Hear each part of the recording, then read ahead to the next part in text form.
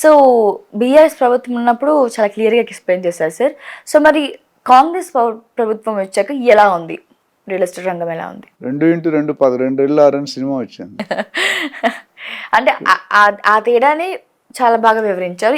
ఈ గవర్నమెంట్ వచ్చాక ఏమైనా చేంజెస్ ఈ కనిపించాయా గవర్నమెంట్ మీకు? వచ్చే డెఫినెట్ గా కనిపించాము. గవర్నమెంట్ టేకన్ ఇన్ఫాక్ట్ వాళ్ళకంటే దూకుడుకి వెళ్తున్నారు. ఓహో. ఒకప్పుడు సునీల్ గవాస్కర్ అని ఆయన క్రికెట్ ప్లేయర్ ఉండేవాడు. ఆయన పెద్ద రికార్డ్ అనుకున్నాం. తర్వాత మహేందర్ సింగ్ ధోని వచ్చాడు, తర్వాత విరాట్ కోహ్లీ వచ్చాడు. ఇంకా అట్లా పోతుంటే చాలా ఉన్నాయి.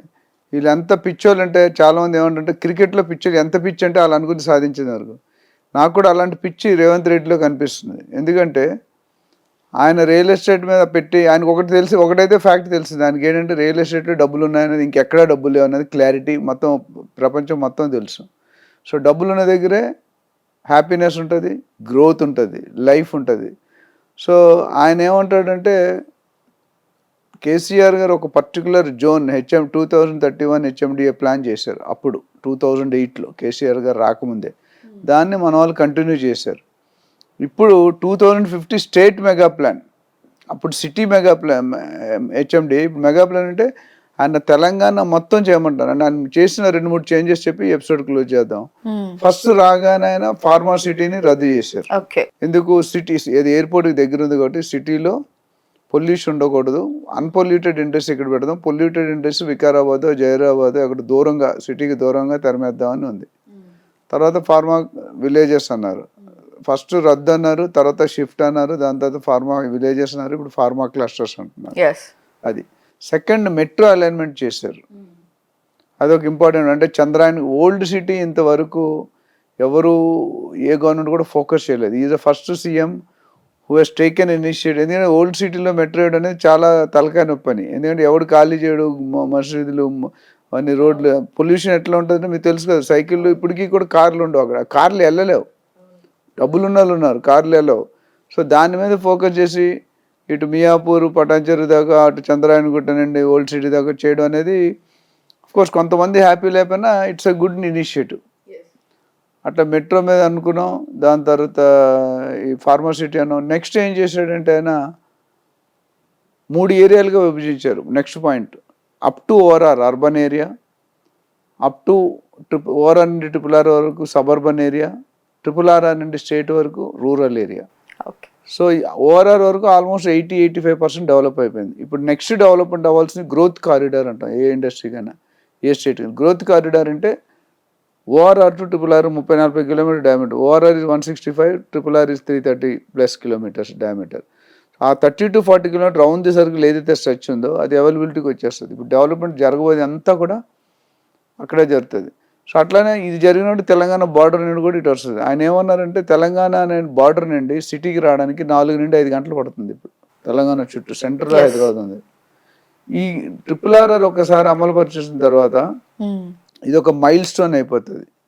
మైల్ స్టోన్ అంటే ఇది గ్రోత్ ఫ్యాక్టర్కి ఇది ఒకటి. గవర్నమెంట్ దీన్ని ఎంత క్విక్గా రెడీ చేసి ఆపరేషన్లో తెస్తారో అంత క్విక్ ఇన్కమ్ ఉంటుంది, అంత క్విక్ గ్రోత్ ఉంటుంది, అంత క్విక్ డెవలప్మెంట్ ఉంటుంది. సో ఇప్పుడు 1.5 to 2 hours వచ్చేటట్టు ప్లాన్ చేయమంటారు. అంటే తెలంగాణ బార్డర్లో నేను మొన్న ఒక వీడియో చూశాను. మహేందర్ సింగ్ ధోని గారు 280 km/h వెళ్తుంది ఒక కారు కొనుక్కున్నాడు ఆయన. ఆయన అంబానీ దగ్గర ఉన్న కార్లన్నీ సగం కార్లు ఈయన దగ్గర ఉన్నాయని విన్నాను. అంటే ప్యాషన్ ఆయన బైక్ కానీ ఆయన ఉన్న మంచిదనం. క్రికెట్ ప్లేయర్స్ ఎవరైనా చుట్టాలు ఇంటికి వెళ్తే అందరికి మంచి కాస్ట్లీ కప్పులు ఇస్తాడు, ఆయన మాత్రం నార్మల్ గాజు. ఆయన స్టేటస్ ఎప్పుడు మర్చిపోకుండా. నేను కూడా చాలా వీడియోలో చెప్పాను, నేను ఎప్పుడు రోజు పడుకునే ముందు 30 సంవత్సరాలు 40 సంవత్సరాల ముందు మన కెరియర్లో మన లైఫ్ ఎలా స్టార్ట్ అయింది, అప్పుడు ఎలాగున్నాం, ఇప్పుడు ఎలాగున్నాం కదా, అప్పుడు ఎలాగున్నాం గుర్తుపెట్టుకుంటే ఇప్పుడు బాగుంటాం, అప్పుడు ఎలాగున్నాం మర్చిపోతే ఇప్పుడు బాగోమన్నాం. అదే జరిగింది వైఎస్ఆర్ గవర్నమెంట్ రాకముందు ఎలా ఉండరు, గవర్నమెంట్ వచ్చిన తర్వాత. సో ఇక్కడికి వచ్చేసరికి డెఫినెట్గా రేవంత్ రెడ్డి ఇలా చాలా ఇనిషియేటివ్స్ ఉన్నాయి. ఇండస్ట్రీ తర్వాత లుక్ ఈస్ట్ సైడ్ డెవలప్ చేయమని, నార్త్ సైడ్ డెవలప్ చేయని ప్లాన్లు ఉన్నాయి. అంటే ఇమీడియట్గా అవుతుందంటే ఇమీడియట్. ఇప్పుడు విజయవాడ హైవే, వరంగల్ హైవే అనేది ఎప్పుడు లాస్ట్ 10 సంవత్సరాలు ఏమీ ఉలుకు పలుకు లేదు. There is no growth. కాకపోతే గ్రోత్ చెయ్యాలి అనేది ఒక ప్లాన్ అయితే మైండ్లో ఉంది. ఇప్పుడు ఈ గత 5 నెలలు అయినట్టుంది, 5 నెలలు 6 నెలలు అయింది. 6 నెలల్లో కూడా రియల్ ఎస్టేట్ సంబంధించినంత వరకు ఆయన మంచి ఇనిషియేటివ్ స్టెప్స్ తీసుకున్నారు. అయితే ఇప్పుడు అన్నీ కూడా అండర్ ప్లానింగ్, అండర్ ఎగ్జిక్యూషన్, అంటే ఎగ్జిక్యూషన్ స్టేజ్కి రాలేదు. ఆయన రియాలిటీ ఎప్పుడు వస్తుందంటే ఈ స్టేట్మెంట్ ఇవ్వడం ఎవరైనా ఇస్తారు. ఓట్లు ఎలక్షన్ అయ్యే ముందు నేను ఇది చేస్తాను అది చేస్తాను, అందరు ఎన్ని చేస్తారు ఎన్ని చేయరు అనేది. ఒకసారి అన్ని చేసినా అయినా పబ్లిక్ యాక్సెప్ట్ చేయరు, ఎక్కడో కొంచెం కొలత. ఇప్పుడు జగన్ గారు మొత్తం 21 స్కీమ్స్ అయినా ఇంట్రడ్యూస్ చేశారు.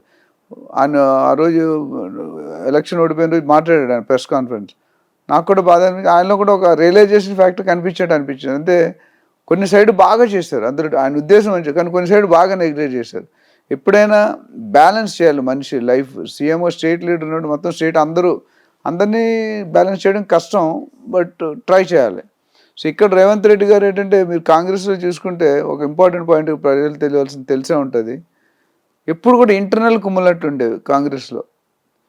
ఒక పెద్దవాళ్ళు చిన్నవాళ్ళు అని లేకుండా ఈయన రేవంత్ రెడ్డి గారు ఏం చేసి అందరు సీనియర్స్ని ఒక లెవెల్లో ఒక ప్లాట్ఫామ్లో పెట్టి కన్విన్స్ చేసి ముందుకు నడుపుతున్నాడు. ఆయనకంటే సీనియర్స్ చాలామంది ఉన్నారు సీఎం అయ్యేవాళ్ళు.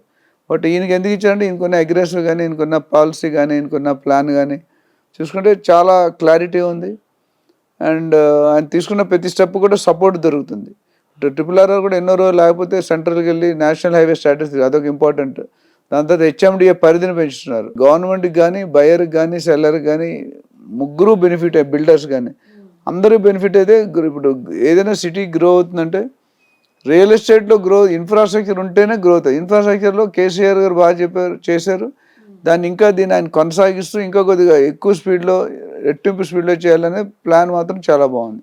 ఆయన చెప్పినవన్నీ కూడా ఇంప్లిమెంట్ చేస్తే డెఫినెట్గా నెక్స్ట్ 5-10 years రియల్ ఎస్టేట్లో పెను మార్పు కనిపిస్తుంది మీకు.